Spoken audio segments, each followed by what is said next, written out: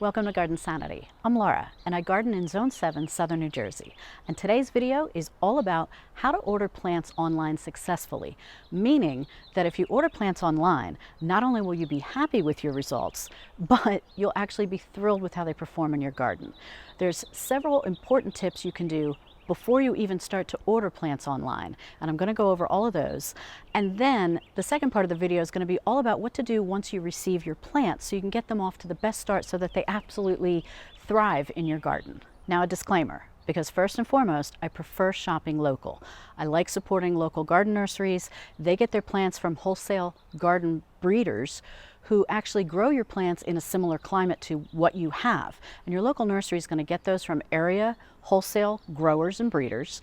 And then those plants are going to really acclimate easily to your garden because they're going to be already used to growing in your growing conditions. However, ordering online is a great way to reserve special plants you really want for your garden. Perhaps it's a rare plant, perhaps it's a plant that you already know is not that popular yet, so your local nursery or other nurseries or big box garden centers aren't going to have that plant. I filmed a video 2 years ago letting you know my favorite garden catalogs and online places to buy plants and seeds. And many of you responded in the comments with your own favorite places to buy online. And last month I took a survey here on my YouTube channel and I asked you your opinions on buying plants online. So here's the results. 40% of you shop online, but only when it's for a hard to find plant. 20% of you feel shipping is expensive and plants seem smaller than what you can purchase locally. Only 14% of you love buying plants online, while 21% have never shopped online for plants. And 5% previously ordered plants online, but since they weren't happy with the results, they no longer shop online for plants. And thanks to those of you who participated in the survey, I really appreciate it. And I'm hoping in the comments today, you might give me more feedback on what you think about online plant shopping and if these 13 tips that I'm about to give you help. Now, before I give you the 13 tips that I have, I wanted to tell you that throughout this video, I'm going to be talking about 3 different companies that I order from and that I really think are great companies to order from.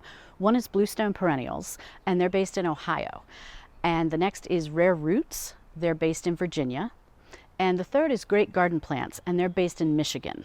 So the plants are grown in those locations and then shipped to wherever you're placing the order from. Now, I'm in New Jersey, and so these companies aren't too far from me. My results and my preferred companies are going to be different than if you live across the country. If you live across the country, say in California, you're probably not necessarily going to want to order from a company that's based in Virginia. So I'm in New Jersey, so I'm going to cover these 3 companies that I've had success with getting plants delivered and loving the results. I'll always say that local garden nurseries should be your #1 go-to option. They know the area. Usually they have at least one plant expert on staff, and they're fantastic resources if you're brand new to gardening. Big box garden centers like Home Depot and Lowe's always have a giant selection, and their selections have vastly improved over the past 15 years, especially with perennials.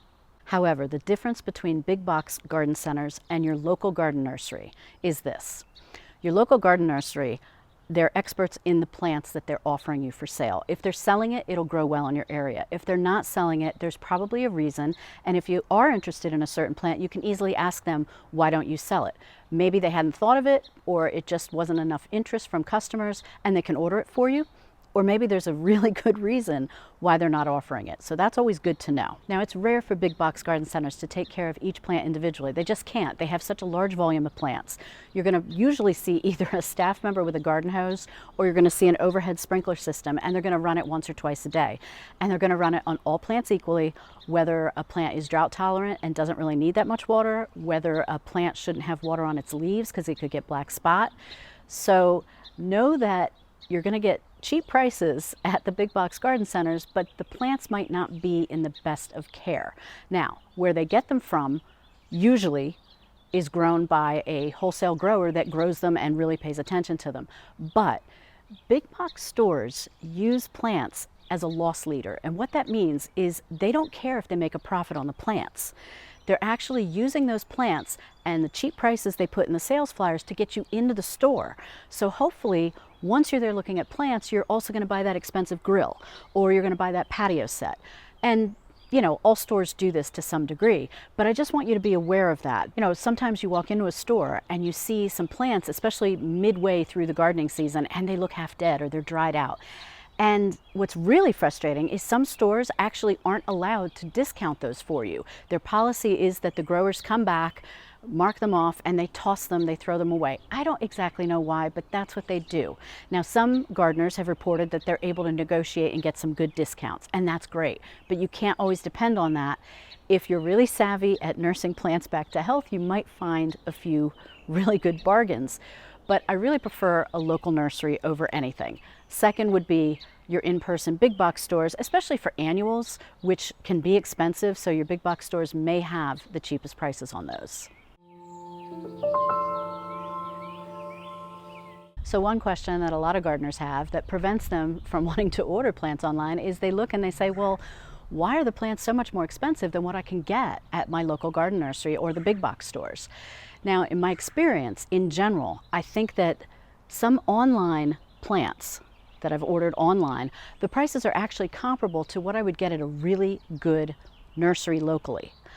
The big box stores is a different matter. Those are going to be cheaper plants by and far because, like I said, they buy on volume and they aren't concerned about making a profit, so they just want to get you into the store. A good online company, they're going to package the plants so that they arrive looking just as beautiful as they do from when they're shipping them to when they arrive at your door. Whether they're using, recycled materials, recycled packaging, or they're still using plastic pots, all of that adds up. And I think that ends up being why we end up paying a little bit more sometimes for the cost of a plant. And by the way, behind me, this is a prairie fire crabapple tree, and it's in full bloom, and I thought you'd like to see it. So that's why I'm standing in front of it today. Now, after years of buying plants online, I think I've had a 90% success rate. There's been 10% probably of duds, but I've learned from those, and that's why I've got these 13 tips for you. So let's get into it. So the first tip is to ask other gardeners, especially local gardeners, people that you know, maybe you're in a garden club with them. Ask them who they use. Who do they like to order plants from? And I guarantee you're going to get some good ideas, and maybe you're going to get some companies they suggest you avoid. So that's the first tip. The second tip is to read reviews on a website. So for example, let's say you have the such and such perennial company that you want to order from. A lot of times they're going to allow reviews from customers. What their hope is that the customers are saying, oh my goodness, I bought this plant, mint condition, it's thriving in my garden, it's fantastic. And that's actually a lot of what happens. However, know that most people will leave a review if they've had a negative experience. And think about that. A lot of times, if you have a good experience, you may not think, I need to tell the world about this experience. But if you're unhappy with a purchase, you're probably going to want to go there and you're going to say, no, don't buy from them. This experience was awful, etc., etc. So when you're looking at reviews, you want to see if there's balanced reviews or if they're all negative or they're all positive. You just want to try to figure out what's accurate. And a simple Google search sometimes will even bring up more reviews. Sometimes there's different, like a Facebook group or a group on Reddit that will talk about plants, talk about online ordering and the companies and the experiences they've had. So do a little bit of research, but also just take all those reviews, not only with a grain of salt, but with a pound of salt. Just keep in mind, a lot of people like to post negative things more than they like to post positive. So just keep that in mind. Now, just to note that most of these tips I'm giving you are things you can find on a website. So if, again, you're looking for the such and such perennial company, on their website, they should have a fact page, they should have an About Us page, a shipping page, so you can really learn everything you can about the company. So these are things that I'm sharing with you that you should look for and see if those companies have those bits of info for you. So the third tip is figure out where the plants ship from. And it does really matter because I want plants that are shipped not too far from me for several reasons. One, I don't want them to take that long sitting in a truck. Two, I want them, most importantly, to be grown in a similar climate to mine. And that doesn't necessarily mean that if I live in Zone 7, I need to order from an online plant company that's a Zone 7. That's not necessarily what it means, but it does mean that I'm most likely not ever going to order plants from California. California has a very different climate. They're across the country, and the way they're going to grow their plants and the climate they're going to grow their plants is going to be very different than the climate here. And so the chances of them doing well are probably not as high as they would be if I got a plant that was grown and bred closer to home. You always want to remember that plants grown in a similar climate to yours will have the best chance of acclimating into your garden and thriving there as well. And that's what we want. The fourth tip is make sure, and I'm laughing because I ran into this problem, make sure you know whether the plants you're looking at in the catalog are bare root plants or they're potted plants. Some catalogs, it's in such small print that you might not notice it right away. I'm laughing because this happened to me. I knew I was getting a bare root plant. I had ordered a bare root tree. And for those of you that have watched my channel, it's my redbud stick, I call it, because it's definitely not a redbud tree. But this was supposed to be a 4-foot tree, and it should be, you know, probably about 6.5 or 7 feet by now, who knows. I mean, I got this probably about 3 years ago. I didn't realize I'd never had experience planting a bare root plant before, and I know there are some people that love them, and it's a great way to save some money, and that's kind of what I thought I was doing, is saving some money. However, it didn't take.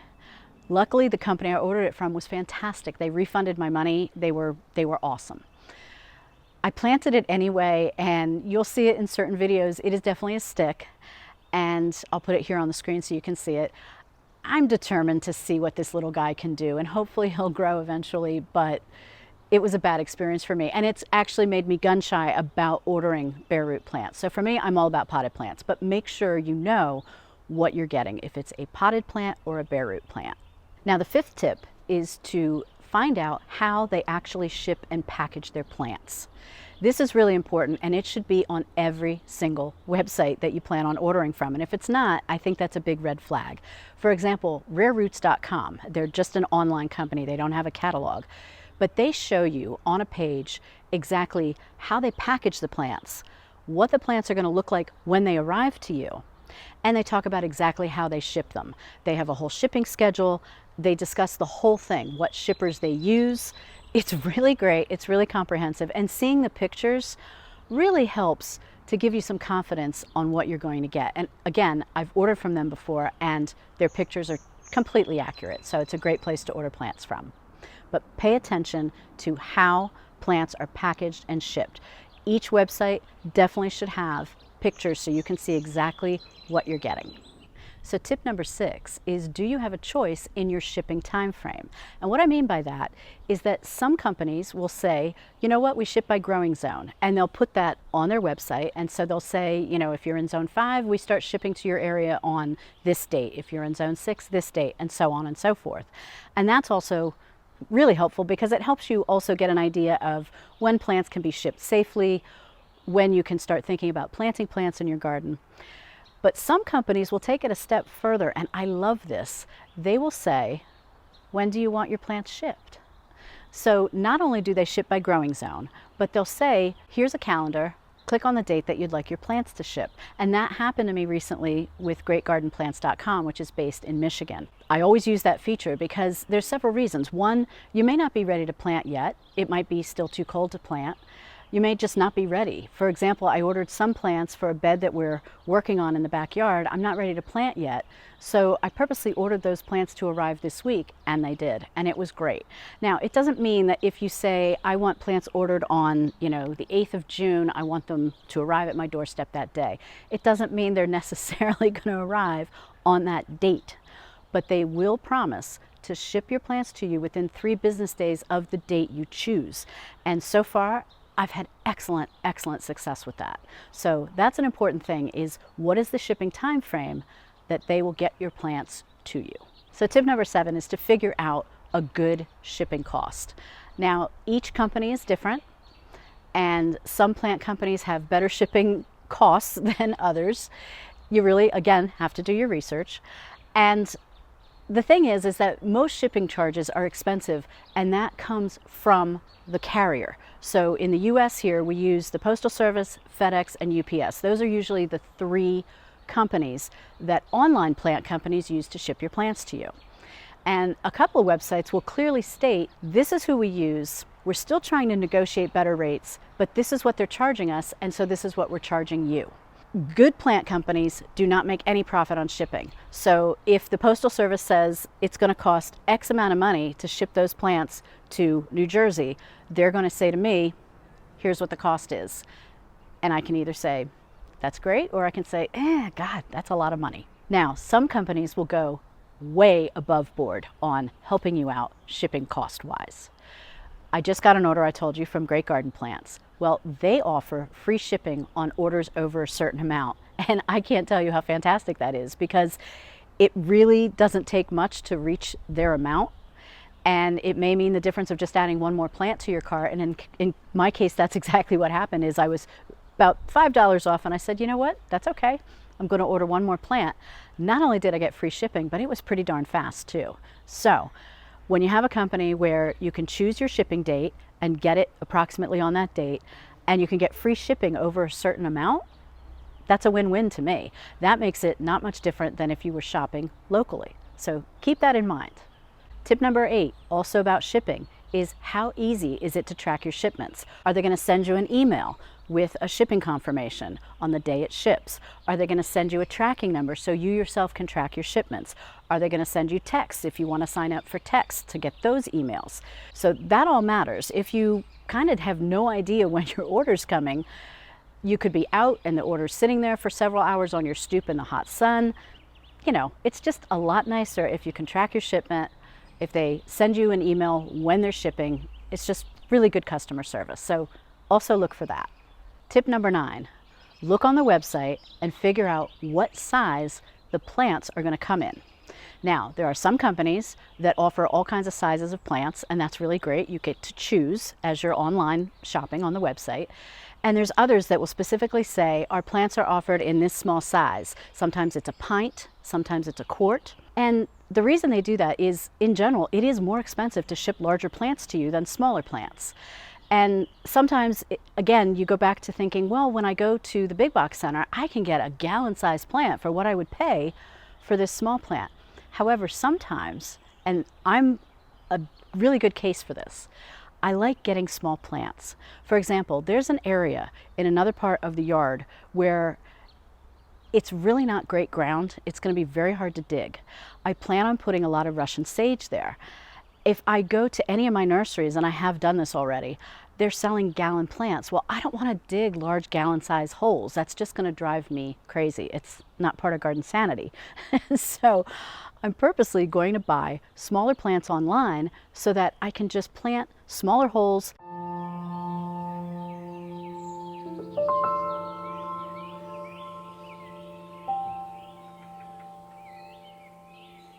So keep in mind that the small plants that you buy and plant are going to catch up within a couple of years to the more established plants you could see at the garden center. For example, there's the sleep, creep, and leap mantra or garden saying, where the first year the plants sleep, you don't really see them do anything. You think they're not doing anything. It's the roots underground getting established. You don't see that happening underground, whereas the second year they creep. You'll see them start to get a little bigger and you say, oh, okay, good, they're not going to die. That's good, they came back, good, but not much else is going on. And then the third year, all of a sudden you're like, wow, where did this plant come from? Where did it take off? And that's the third year when they leap. And sometimes it might take a little longer than that, sometimes a little less, but that's a good frame of mind to keep in your head of smaller plants will catch up within a few years to the more established plants. And it really comes in handy if you're trying to fit in a plant to a smaller area or you have specific needs, like I do with just wanting to plant smaller holes to keep my happy garden sanity. Now, most websites and catalogs will tell you exactly what size containers the plants will be in, including specific measurements and sometimes photos too. For example, Bluestone Perennials not only lists the measurements, but they have an entire page with information on their 100% biodegradable plant pots. And Rare Roots and Great Garden Plants, they also provide measurements, photos, and information on their websites. And in the case of Great Garden Plants, another plus for them is that they sell plants from tiny 3-inch pots all the way up to 1-gallon sizes, so you can choose exactly the size you want. So tip number 10 is determine if the plant company you're interested in, do they grow their own plants or are they merely a middleman and just shipping you plants from some other grower? That happened to me years ago. I ordered a plant from a nursery that was online that was just about 2 states away from me. The plant ended up coming to me from Florida. It wasn't in good shape. I really felt duped. And that's when I realized I got to look this stuff up. Now, in that case, that website didn't list where they got their plants from. Needless to say, I never ordered from them again. But a good online plant company will tell you, a lot of times it can be in their FAQ, and it'll be a question, where do our plants come from? Do we grow our own plants? And that's really good to know, because if they grow their own plants, they're only going to sell you plants that really look good. They're not going to want to, you know, their reputation depends on them having really good plants to offer you. So you know that you're going to get good quality plants. So that's really important to look. Where do the plants come from? So tip number 11 is, does the online plant company have a plant guarantee or a satisfaction guarantee? And those really differ from company to company. And sometimes it's just going to be in the fine print. So you really have to do your homework on this and make sure you know up front, before you even place an order, what they're going to offer you. Sometimes it'll be we guarantee our plants for 60 days from the time you receive the plants. Others will say, we guarantee your plants are going to arrive to you in mint condition. But beyond that, you're on your own.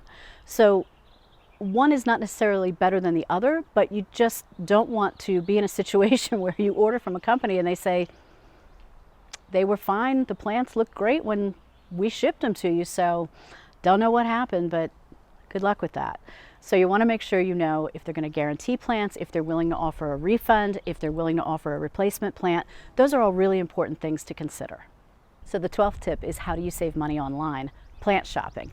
And again, these really good websites will offer you deals if you sign up for their emails. And sometimes you can feel like, I'm getting so many emails, I don't want to sign up for anything more, but trust me, it's worth it. So for example, rareroots.com, they have weekly sales. And the way they do it is they'll tell you, here are the plants that look the best right now, and we want to put them on sale so that we get them out the door, because right now they're looking fantastic. Great Garden Plants has really good sales almost weekly. Sometimes it's 10% off of all shrubs, or it's 20% off of all perennials, or we're having a sale on pollinator plants. It's really, really good, and you can always get some sort of deal. Bluestone Perennials, they do two really interesting things. Is they have coupons that they offer in their catalog, and they also have the coupons online. And that usually happens about February, March. They come out with their coupons right around the time that their spring catalogs come out to you. Sometimes the catalogs come out, I think, in January.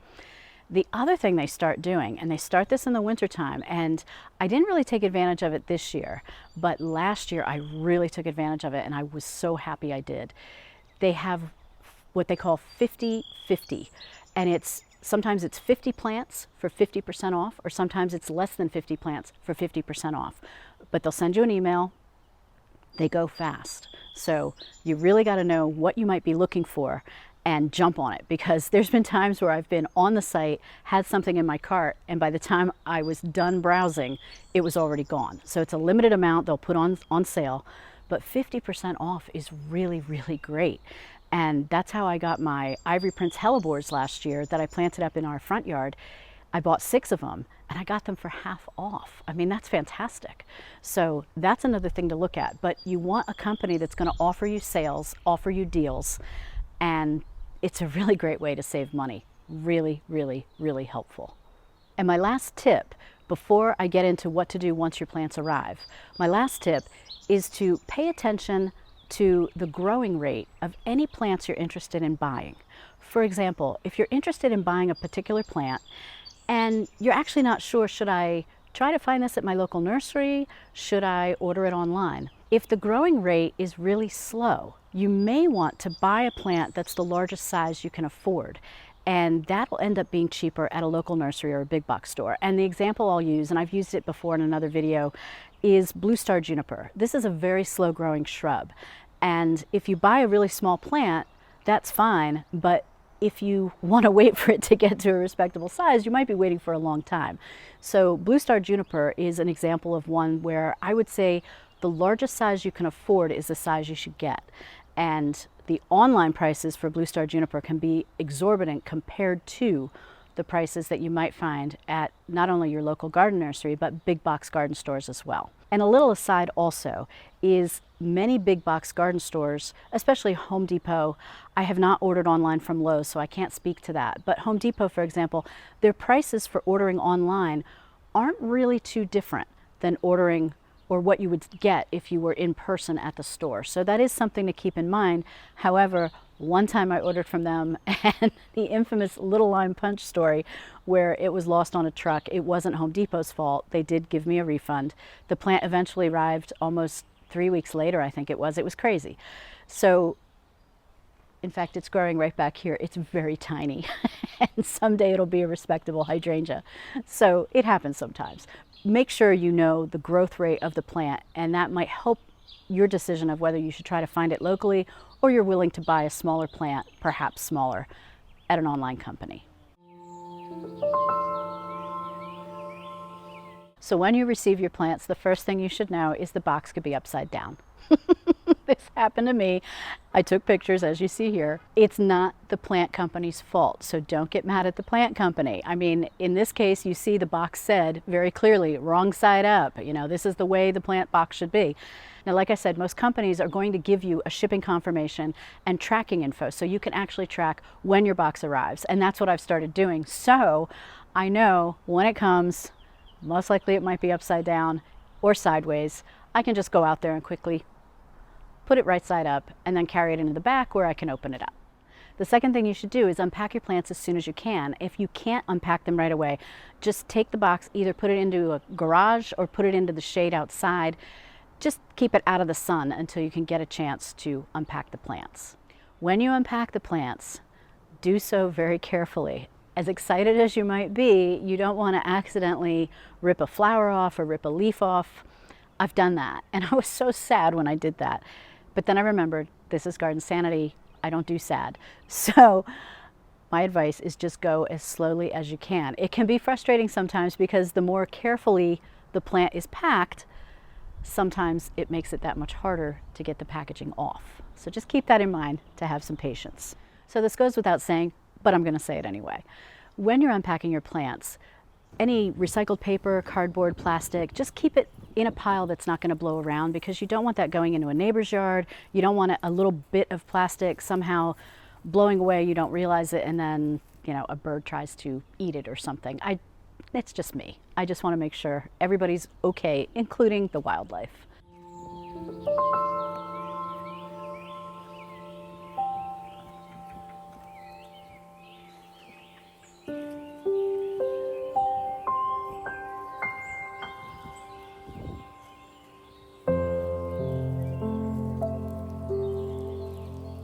So as you take each plant out, you want to inspect the plant. You want to make sure that as you take the plastic wrap off, and I usually use scissors for that, and sometimes they're attached with like a landscape fabric pin.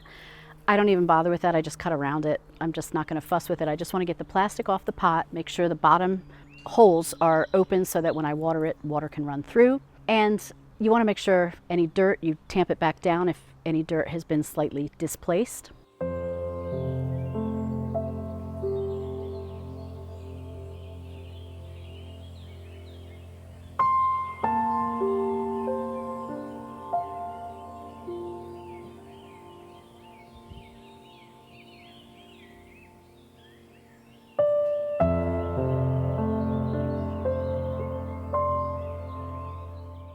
Some companies do things differently. For example, Bluestone Perennials, they have wonderful biodegradable pots, and there'll just be a little rim of plastic around it usually. And you cut that off and then you've got the plant is good to go. Now, a lot of times, just so you know, when I get the biodegradable pots, I sometimes cut away the biodegradable part and I just plant the plant, roots and all, in there. Supposedly you can put the whole thing in the ground and it'll grow fine, but I just take that off anyway. That's just me.